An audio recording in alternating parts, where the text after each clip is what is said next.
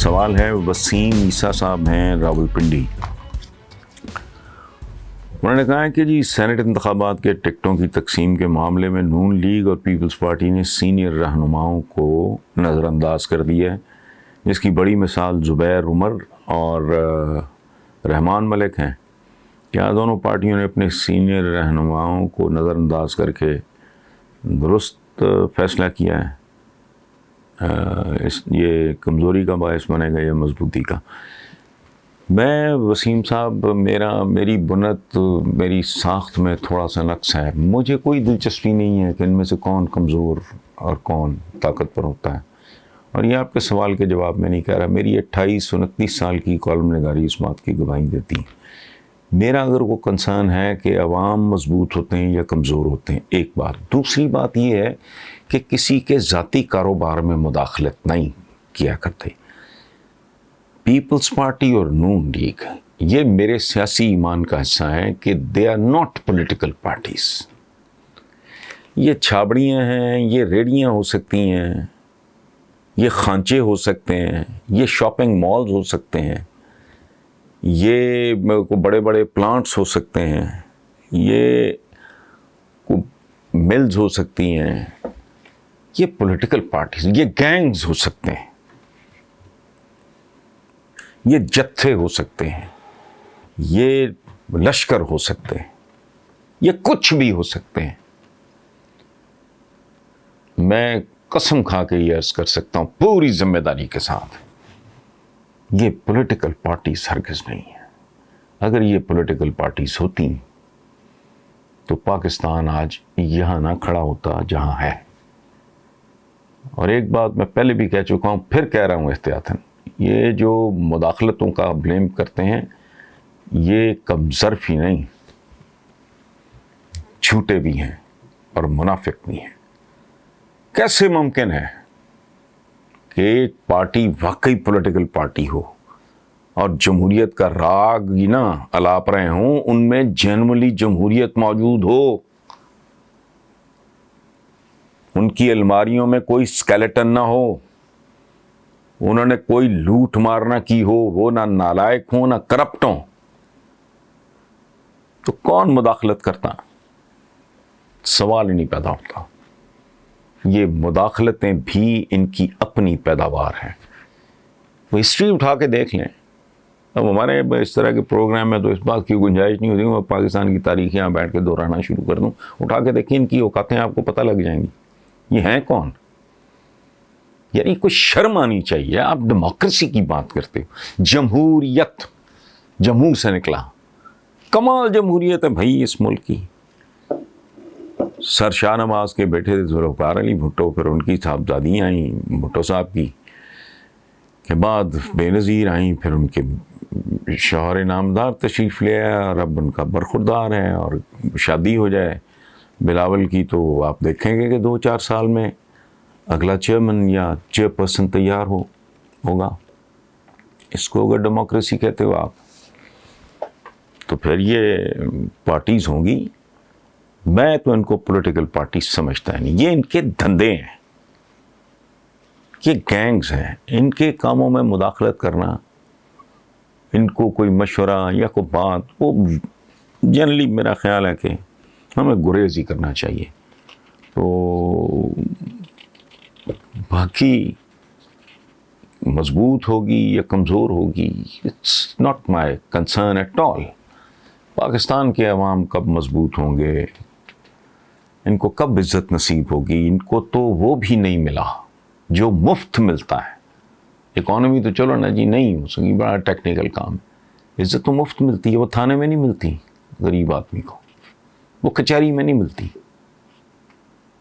اس کو ہاسپٹل میں نہیں نصیب ہوتی، مفت ملتی ہے. تو ان کو تو جو مفت ملنا تھا وہ بھی یہ لوگ نہیں دے سکے. تو ان کے معاملوں کو دیں نہ دیں، جو کچھ ہے ان کے اپنے گرد ہی گھوم رہا ہے. Thank you very much. Shahzad, Johar town, Lahore. وہ کہہ رہے ہیں کہ جی کل مریم نواز کا بیان سنا کہ DG/ISPR کی بہت عزت کرتی ہوں کیونکہ وہ سیاست سے دور رہتے ہیں. کہ آپ سمجھتے ہیں کہ مریم نواز کا سافٹ ویئر اپ ڈیٹ ہو گیا ہے؟ یا مسلم لیگ نون نے اپنا بیانیہ تبدیل کر لیا ہے؟ کیونکہ اس سے قبل وہ پاک فوج سے شکایات ہی کرتے دکھائی دیے تھے۔ شکایت تو ہمیں کرنی چاہیے، یہ تو ضیاء الحق اور جنرل جیلانی کی پیداوار ہیں، تو ان کی شکایت تو بنتی نہیں۔ اور باقی یہ کمیونٹی پوری، میں صرف مریم نواز کی بات نہیں کر رہا، یہ پوری کمیونٹی ہی نا گرگٹوں پہ مشتمل ہے۔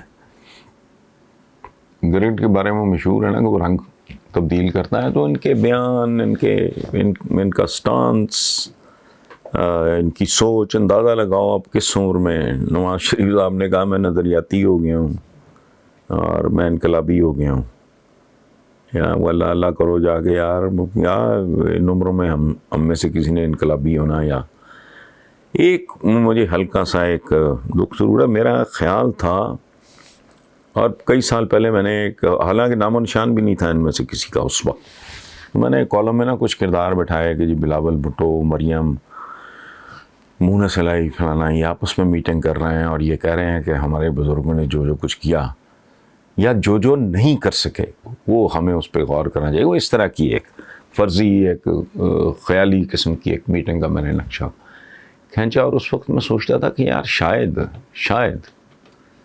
ڈائناسٹیز میں اس طرح ہوتا رہا ہے کہ بڑا بریلینٹ بندہ، کمزور حکمران بھی آئے، پھر یکدم میں ایک بہت بڑا سلطان محمد فاتح آ گیا جی، سلمان دا میگنیفیشنٹ آ گیا جی، یا اس طرح مطلب لوگ کوئی 2-4 کمزور آ گئے۔ تو میں نے کہا یار یہ اگر اس ملک کے ساتھ کچھ اور نہیں ہو سکتا تو کم از کم اتنا تو ہو سکتا ہے کہ یہ جو ینگر لاٹ ہے ان کی، حالانکہ ہے ظلم ہے، زیادتی ہے، یعنی پاکستان کا یہ عجیب و غریب بات ہے، شرم بھی آتی ہے کہ ہمارے لوور مڈل کلاس کے غریب لوگوں کے بچے، مڈل کلاس کے بچے ڈاکٹرز بن سکتے ہیں، انجینئرز بن سکتے ہیں، سائنٹسٹ بن سکتے ہیں، مصور بن سکتے ہیں، شاعر بن سکتے ہیں۔ وہ یار کو خدا کا خوف کرو، جج بن سکتے ہیں، جرنیل بن سکتے ہیں، کیا نہیں بن سکتے؟ نہیں بن سکتے تو سیاستدان نہیں بن سکتے۔ اور چلے کہاں سے تھے؟ علامہ اقبال کا تعلق ایک لوور مڈل کلاس فیملی سے تھا، اور قائد اعظم محمد علی جناح 100% ایک سیلف میڈ آدمی تھے، 100% سیلف میڈ۔ اب اس کے بعد کیا سلسلہ شروع ہوا؟ مجھے اصل دکھ اس بات پہ ہوتا ہے کہ چلو یار اگر اس گن سے ہم جان نہیں چھڑا سکتے تھے تو ان کی اگلی نسلیں، اگلی اولادیں کو بہتر ہوتی، ان کی ترجیحات ذرا مختلف ہوتی، ان کا انداز، ان کا اسلوب، ان کا سیاست کا وہ بہتر، لیکن بالکل نہیں، یہ ریپلیکاز ہیں، اپنے بزرگوں کی فوٹو کاپیاں ہیں۔ اس بات کا زیادہ دکھ ہے، کچھ اور نہیں ہو سکتا تو نہ ہوتا۔ لیکن یہ جو آپ بات کر رہے ہو کہ یہ مریم نواز کا بیان، کیا بیان تو ان کا یہ بھی تھا کہ میری بات ہو گیا، میری تو پاکستان میں بھی کوئی جائیداد نہیں ہے، کیلیبری وغیرہ کا وہ کیس سارا، اور اس طرح کے 50,000 جھوٹ ہے جو پکڑے جا چکے ہیں۔ لیکن بدقسمتی سے کس بیان کی آپ بات کرو گے؟ نواز شریف میں چشم تصور سے دیکھتا ہوں کہ میں نے انٹرڈ پالیٹکس، تو یہ کیا کیفیت ہوتی ہوگی جنرل جیلانی کی اور پھر جنرل ضیاء الحق کے سامنے۔ ایک 500 کتابوں میں چھپا ہے واقعہ کہ جب یہ افواہ پھیلی کہ یہ نواز شریف کو چیف منسٹر بنا رہے ہیں، تو کچھ لوگوں نے گورنر ہاؤس لاہور کے میں اور جنرل جیلانی مرحوم کو گھیر لیا، اور وہ بار بار وہ پوچھ رہا ہے، کوئی ایک پوچھ رہا ہے، دوسرا، تیسرا، چوتھا کہ جی چیف منسٹر کا یہ وہ وغیرہ وغیرہ، اب بتائیں کون۔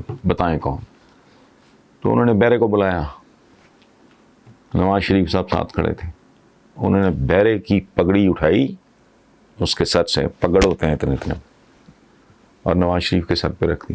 یہ خاموش جواب تھا۔ ان لوگوں کے بیان اور بہرحال یہ تبصرے کے بھی قابل نہیں ہیں۔ جی میں نے کچھ لوگوں کو مختلف پروگراموں میں یہ کہتے سنا ہے کہ عمران خان سینٹ انتخابات کے فوراً بعد مڈ ٹرم انتخابات کا اعلان کرنے والے ہیں، کیا ایسا ہوگا؟ اور کون سی جماعت فتح حاصل کرے گی؟ میرا ذاتی خیال تو یہ ہے کہ اس سے بڑی حماقت ہو کوئی نہیں سکتی. پی ٹی آئی جس مرحلے سے گزر رہی ہے اس وقت وہ بہت ہی کریٹیکل قسم کا ایک فیز ہے. میرا اپنا ایک شعر ہے، میں ایک مایا ہوں تخلیق کے مراحل میں، نہ جانے کون سے سانچے میں ڈھل رہا ہوں میں. لوہا جب پگھل کے آتا ہے نا تو اس کو پتہ نہیں ہوتا کہ اب فیٹ کیا ہے، آگے کس قسم کا سانچہ ہوگا اور ادھر جا کے اس نے کون سی شکل اختیار کرنی. تو پیپلز پارٹی پی ٹی آئی اسی فیز سے گزر رہی ہے، اور میرے نزدیک یہ مڈ ٹرم انتخابات کا جو ڈول ڈالنا، یہ میرا خیال ہے حماقت سے زیادہ کچھ نہیں ہوگا. ان حالات میں جیسے وہ ہمارے پنجابی میں کہتے ہیں کہ لوگ نک و نک آ گئے ہیں، ان کی قوت برداشت جواب دیتی جا رہی ہے. یہ میرا فیڈ بیک ہے. ممکن ہے باہر دودھ کی نہریں بہہ رہی ہوں اور شہد کے چشمے ابل رہے ہوں، لیکن بہرحال میری انڈرسٹینڈنگ یہی ہے. Thank you. السلام علیکم ویورز. آج کا پہلا سوال ہے، اتر پردیش انڈیا پرناب شاستری صاحب ہیں. انہوں نے کہا ہے کہ آپ کے چینل پہ ایک ویڈیو دیکھی جس میں آپ اداکارہ شبنم کے ساتھ بیٹھے ہیں، دیکھ کر بہت اچھا لگا. کیا آپ کے ہماری انڈسٹری کے اداکاروں کے ساتھ بھی تعلقات ہیں؟ کیا ہمارے ملک کے اداکاروں سے بھی کبھی آپ کی ملاقات ہوئی؟ اگر ہوئی تو کوئی خوشگوار واقعہ ہی ہمارے ساتھ شیئر کریں. تھینک یو ویری مچ شاستری صاحب.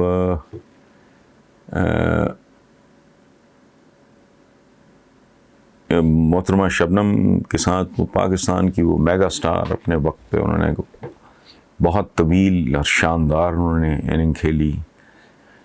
ان کے شوہر مرحوم روبن گھوش وہ بہت عالی شان میوزک ڈائریکٹر تھے. ان کا ایک سے بڑھ کے ایک گیت ہے، لازوال گیت ہے.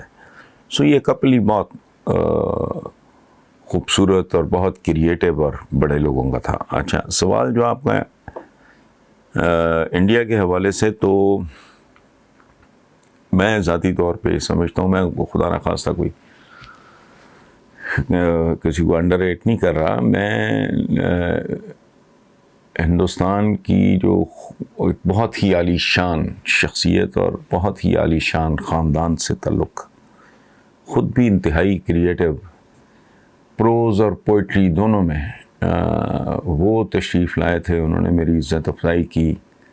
جاوید اختر صاحب، وہ آپ نے تو بات کی نا انڈسٹری کے اداکاروں، میں اس کو خود تھوڑا پھیلا لیا میں نے کہ اداکاروں سے بھی بڑھ کے میرا خود چونکہ لکھنے پڑھنے کے ساتھ تعلق ہے، تو میں اہل قلم کا بہت زیادہ احترام کرتا ہوں. میں روحانی شخصیات کو علیحدہ اگر آپ کر دیں تو میں زندگی میں سائنسدانوں کا بہت احترام کرتا ہوں، اور ان کے بعد میں اہل قلم کا بہت احترام کرتا ہوں. سو جاوید اختر صاحب جب تشریف لائے تو I was the happiest person. میرے وہ خوبصورت ترین لمحات تھے زندگی کے، جو چند گھنٹے میں نے ان کے ساتھ گزارے اپنے گھر میں. اسی لائبریری میں بھی تصویریں تھیں ڈائننگ ٹیبل پہ. ان سے ملاقات بہت بہت یادگار، بہت خوبصورت. اللہ ان کو، ان کی فیملی کو، ان کی اہلیہ، اگین گریٹ آرٹسٹ، اور خاندان بڑے خوبصورت ہیں. آپ دیکھیں، یہ میں بہت چھوٹی عمر میں نے صفیہ کے خطوط ان کی والدہ کے، جانثار اختر صاحب کے نام، پھر اسرار الحق مجاز، اور بہت لمبی تاریخ ہے اس خاندان. اسی طرح جو ان کی اہلیہ ہیں شبانہ بی بی، وہ ان کے والد کیفی اعظمی. سو بہت، یہ میرے لیے رائل فیملیز کا سا درجہ رکھتے ہیں. اچھا، پھر جانی لیور صاحب نے فون کیا، ان سے فون پہ ہی گپ شپ ہوئی، ان سے ملاقات کا اعزاز میں حاصل نہیں کر سکا۔ اس کے علاوہ جو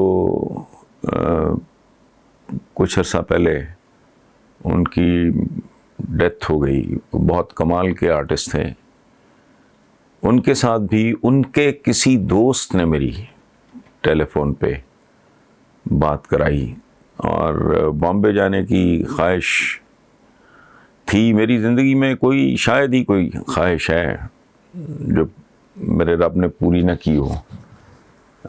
میری اوقات بساط سے بڑھ کے مجھے وہ کچھ بھی زندگی میں نصیب ہوا جس کے لیے میں نے شاید کبھی دعا بھی نہ مانگی ہو، سوچا بھی نہ ہو، لیکن ایک عجیب جو ایک دو کمیاں میری زندگی میں ہیں، وہ اللہ کرے کبھی صورتحال بہتر ہو تو کچھ پوری ہو جائیں۔ میری بامبے جانے کی بہت خواہش تھی، تو پران صاحب سے لے کے اوم پرکاش جی تک، یہ اتنے خوبصورت عالی شان لوگ تھے، یہیں سے گئے تھے، اور بے شمار ہمارے محمد رفیع جو ہیں وہ چومالہ لاہور میں، پہلے امرتسر سے تھے، پھر پارٹیشن سے پہلے وہ یہاں مائیگریٹ کر کے لاہور آ گئے، پھر وہ یہیں سے، اس طرح بہت بہت عالی شان لوگ وہاں گئے۔ ہماری ایک یا بڑا زبردست خاندان شوبز کا، سنتوش بھائی، سبیہ بھابھی مرحومہ اور مرحوم، ان کے جو چھوٹے بھائی تھے وہ بھی پاکستان کے میگا سٹار رہے، درپن بھائی کی بات کر رہا ہوں، تو وہ بھی ایک زمانے میں عدل جہانگیر وغیرہ، انہوں نے چند موویز میں ہندوستان کام کیا، پھر وہ واپس آ گئے، تو بڑی عجیب و غریب ساحر لدھیان بھی ہیں، وہ یہاں سے گئے، تو میرا بڑا بتھیری دنیا ہم نے گھومی پھری ہے، لیکن بامبے جانے کا خواب میرا خواب ہی رہ گیا، پتہ نہیں اس میں کس کا قصور ہے، تو حالات ہی سازگار نہیں۔ میری بہت شدید خواہش تھی دلیپ صاحب کو ملنے کی، اور بڑے بڑے خوبصورت لوگ ہیں انڈیا میں، ان سے ملنے کی خواہش تھی، لیکن نوبت ہی نہیں آئی۔ بہرحال آپ نے جو پوچھا تھا وہ ایک مختصر سا اس کا میں نے آپ کے سامنے رکھ دیا ہے۔ بہرحال تھینک یو ویری مچ، آپ کا سوال بڑا خوبصورت، آپ نے بات بڑی اچھی چھیڑی۔ السلام علیکم ویورز، آج کے کالم کا عنوان ہے اس گھر کو آگ لگ گئی۔ اس گھر کو آگ لگ گئی گھر کے چراغ سے، اور یہ آگ جہنم کی آگ سے بھی بھیانک ہوتی ہے۔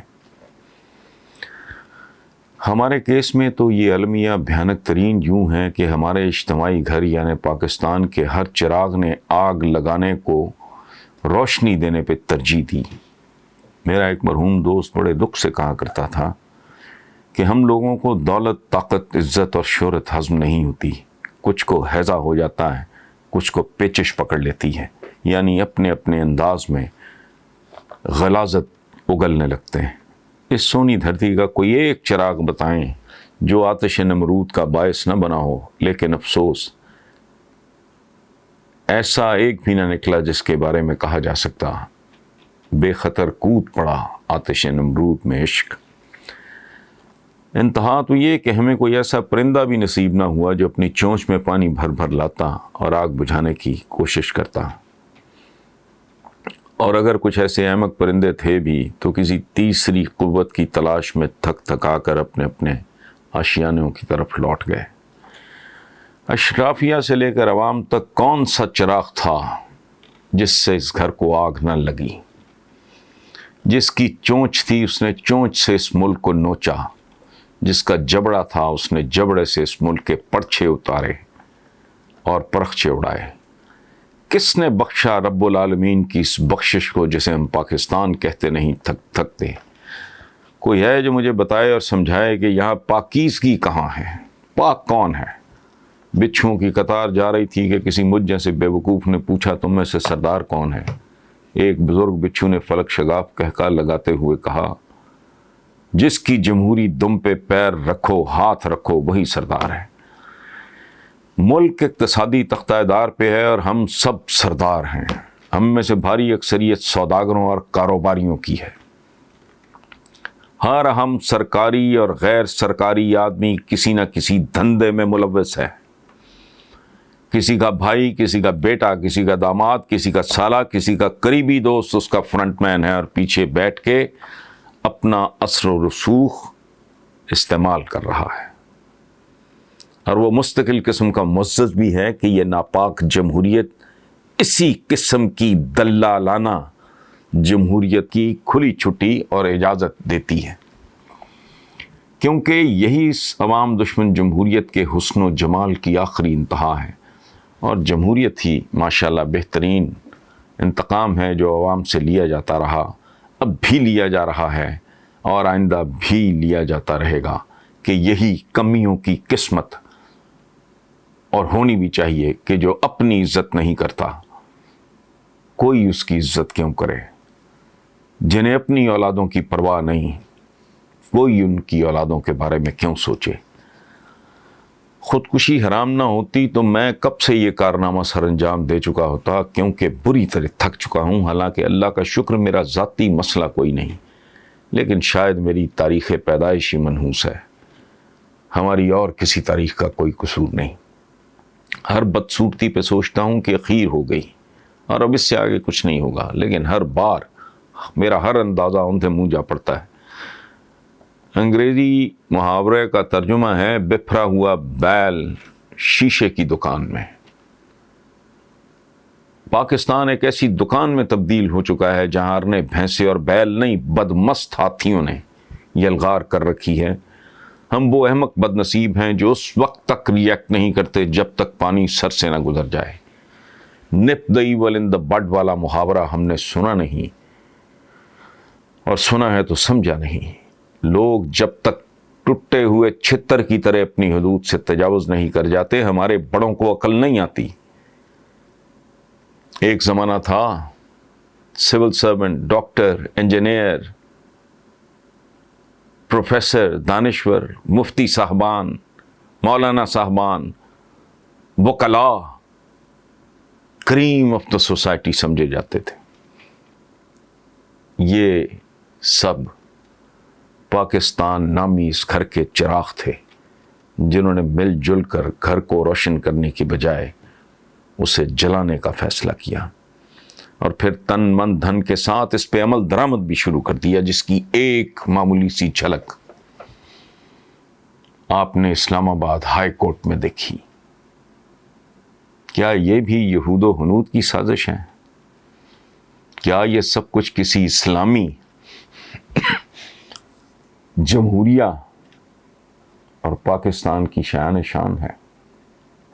کیا تجاوزات اسلام میں گناہ عظیم نہیں؟ کہ ظلم کا مطلب کسی کو چاقو چھری گولی مارنا نہیں، اپنی حدود سے تجاوز کرنا ہوتا ہے، اور اپنی حدود سے تجاوز کرنا ہی تو انسان کو جہنم تک لے کے جاتا ہے۔ ہوش کرو، طاقتورو، پالیسی سازو، اور اس ملک کے کرتو دھرتو نپ دا ایول ان دا بڈ کو سمجھو اور اس پہ عمل کرو۔ پہلے دن پہلی واردات، دوسری، تیسری، 10ویں واردات پہ نوٹس لیا ہوتا تو رینجرز بلانے کی نوبت نہ آتی۔ مجھے 100% یقین ہے کہ کسی بھی پروفیشن کا جینوئن آدمی اپنے پیشے کی توہین اور تذلیل نہیں کر سکتا۔ اپنے پروفیشن کو ذلیل صرف وہی کر سکتا ہے جو سرتاپا فیک، 2 نمبر اور گندگی کا ڈھیر ہو۔ اس ملک میں گندگی کے بہت سے ڈھیر ہر پیشے میں موجود ہیں، جن کی صفائی بہت ضروری ہے۔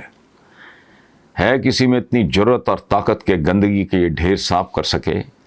لیکن نہیں، کیونکہ جن سے کوڑے کرکٹ کے ڈھیر صاف نہیں ہو سکتے، وہ ایسی گندگی کو کیسے صاف کریں گے؟